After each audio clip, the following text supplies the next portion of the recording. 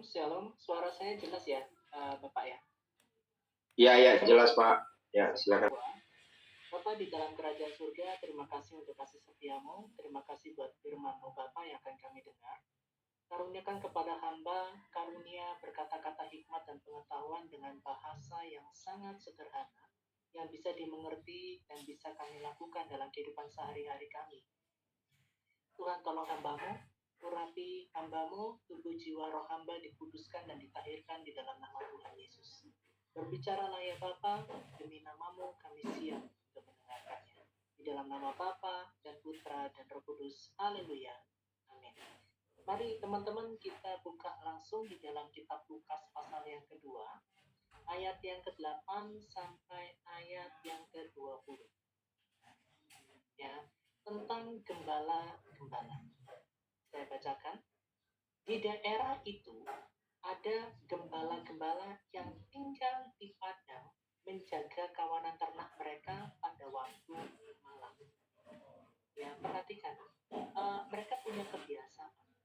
Ya, suka kumpul pada waktu malam jaga. Masih bekerja. Ini pribadi yang rajin. Ayat yang ke-9. Tiba-tiba berdirilah seorang malaikat Tuhan di dekat mereka dan kemuliaan Tuhan bersinar mereka, meliputi mereka dan mereka sangat ketakutan. Lalu kata malaikat itu kepada mereka, janganlah takut, sebab sesungguhnya aku memberitakan kepadamu kesukaan besar untuk seluruh bangsa.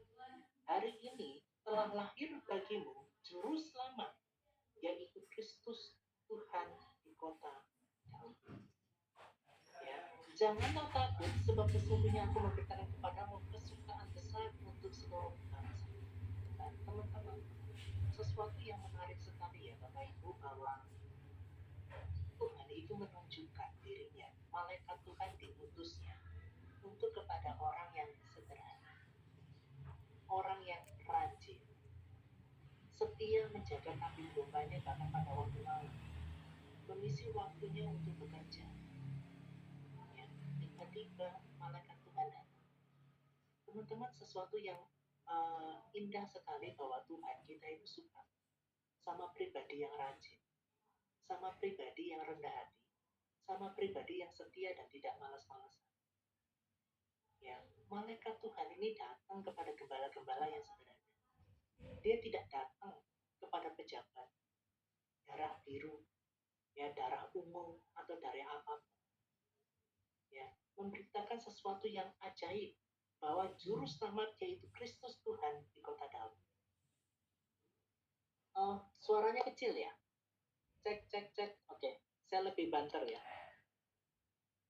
Ayat yang ke-12. Biasa Normal. Ya, terima kasih. Suaranya kecil, Pak. Sorry, suaranya kecil. Iya, suaranya kecil sekali, Pak Semi. Bisa suaranya kecil. Pak Semi. Sayang sekali firmannya nanti nggak kedengaran, Pak Semi. Iya. Sebentar ya, saya coba pasang headset ya. Karena saya pakai headset juga nggak kedengeran katanya.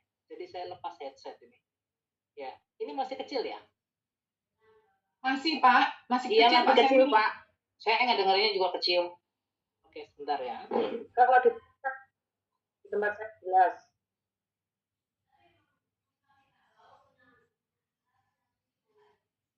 Coba nanti saya pasang headset ya sebentar.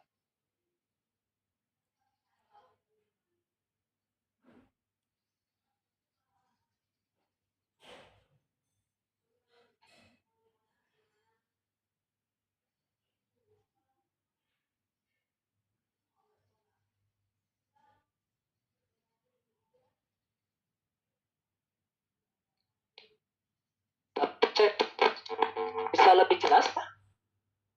Masih kecil ya? Iya, jelas. Ya, jelas, Pak. Ya, jelas ya. Oke, terima kasih buat masukannya.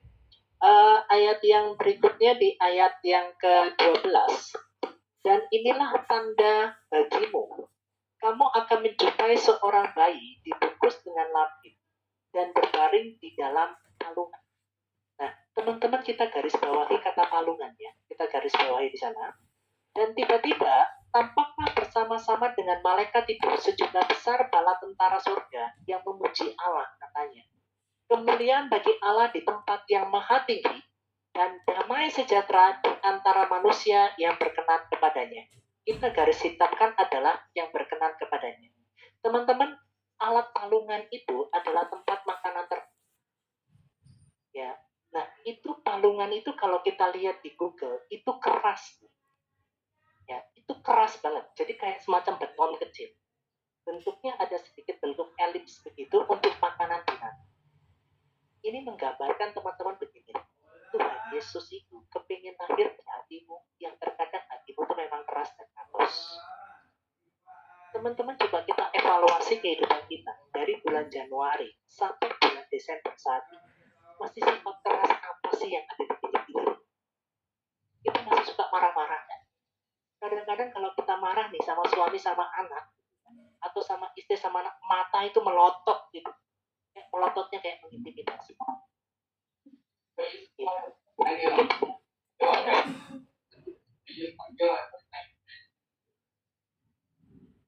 Kita punya kekerasan hati seperti apa? Nah, Tuhan mau ngasih tahu informasi kepada kita. Memasuki tahun yang baru, tanggalkan semua sifat keras itu. Kita masih punya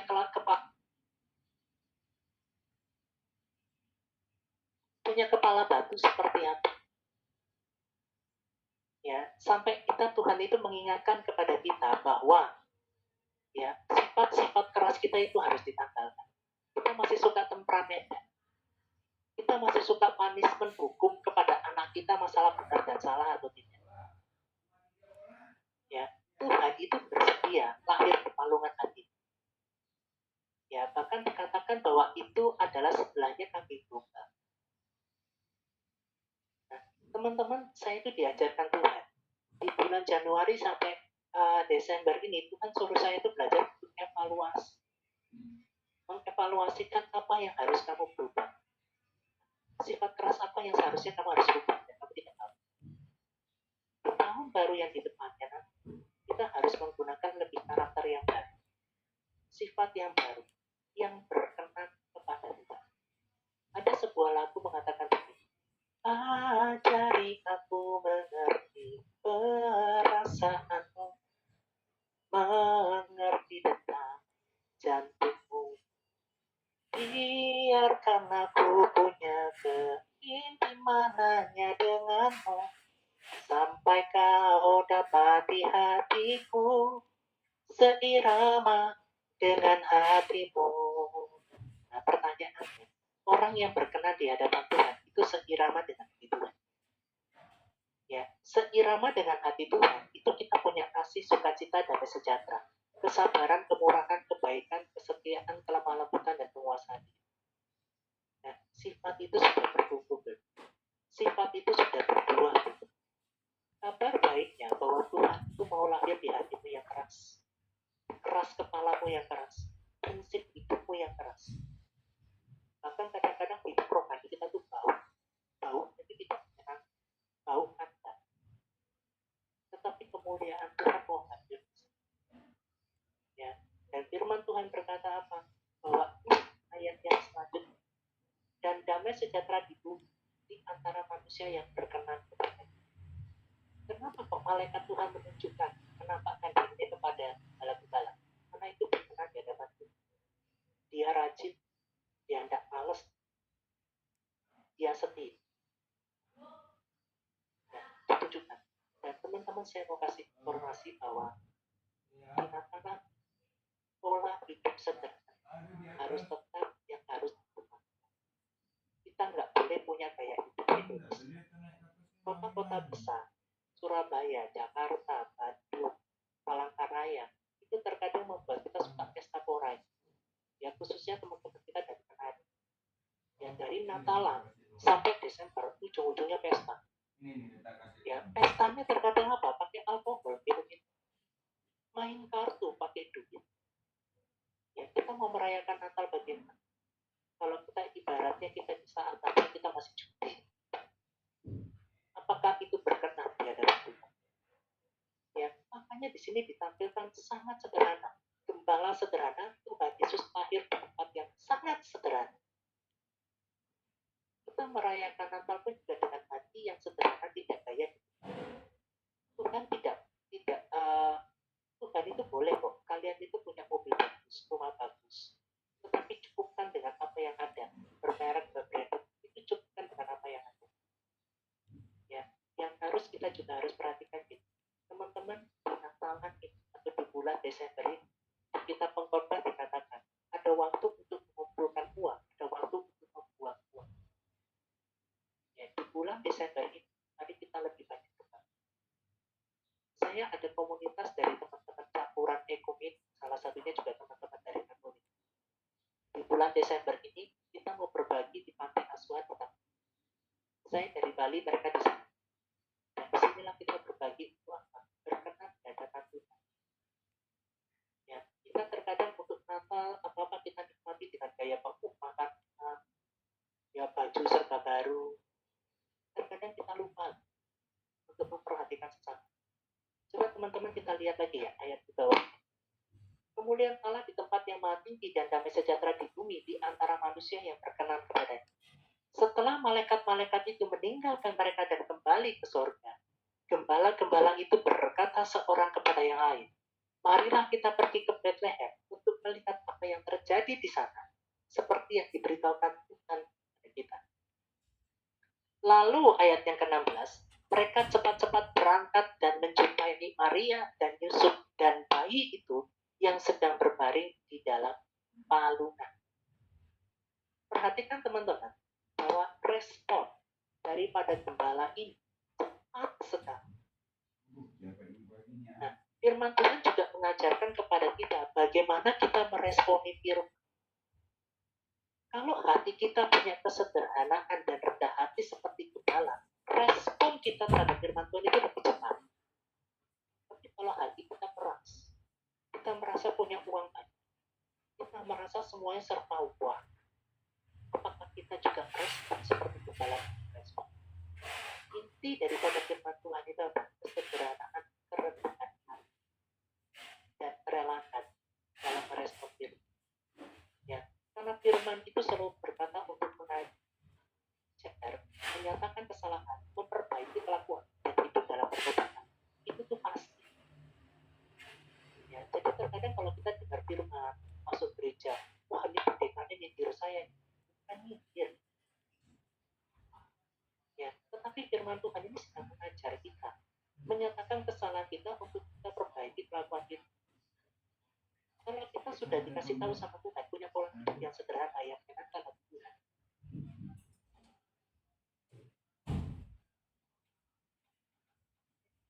Nah, kesalahan kita dengan hidup mewah, luar negeri, jalan-jalan, itu Tuhan sedang tegur.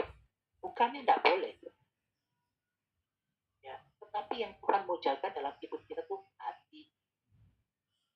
Supaya hati kita tetap sederhana. Ya, mau makan di kaki lima, atau mau makan di restoran mahal, hati ini tetap rendah. Mau pakai baju yang sederhana, mau pakai baju yang branded, hati ini tetap rendah. Dan tetap sederhana. Ya, perhatikan firman Tuhan selanjutnya. Dan ketika mereka melihat, mereka memberitahukan apa yang telah dikatakan kepada mereka tentang anak, dan semua orang yang mendengarkannya heran tentang apa yang dikatakan gembala-gembala itu kepada mereka.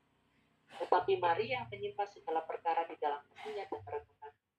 Maka kembalilah gembala-gembala itu sambil memuji dan memuliakan Allah. Karena segala sesuatu yang mereka dengar dan mereka lihat, semuanya sesuai dengan apa yang telah dikatakan kepada mereka. Perhatikan teman-teman, saat kita meresponi firman Tuhan, kita belajar untuk berubah, untuk punya pola hidup yang sederhana. Di balik segala kesuksesan yang Tuhan izinkan datang dalam kehidupan kita, kita akan melihat ternyata firman itu benar ya. Firman Tuhan itu dahsyat ya. Dari situ kita memuji dan memuliakan Allah. Firman ini wonderful. Ternyata yang Tuhan mau dalam hidupku itu perubahan karakter. Tuhan mau dalam hidupku itu aku punya kesederhanaan. Tuhan mau dalam hidupku aku merespon firman Tuhan dengan benar. Aku punya kerelaan hati. Aku bersyukur dengan segala kehidupan yang Tuhan berkati aku, tapi aku harus punya pola hidup sederhana. Yang sering kita lupa adalah kita mengajarin anak-anak kita punya pola hidup hati yang sederhana itu.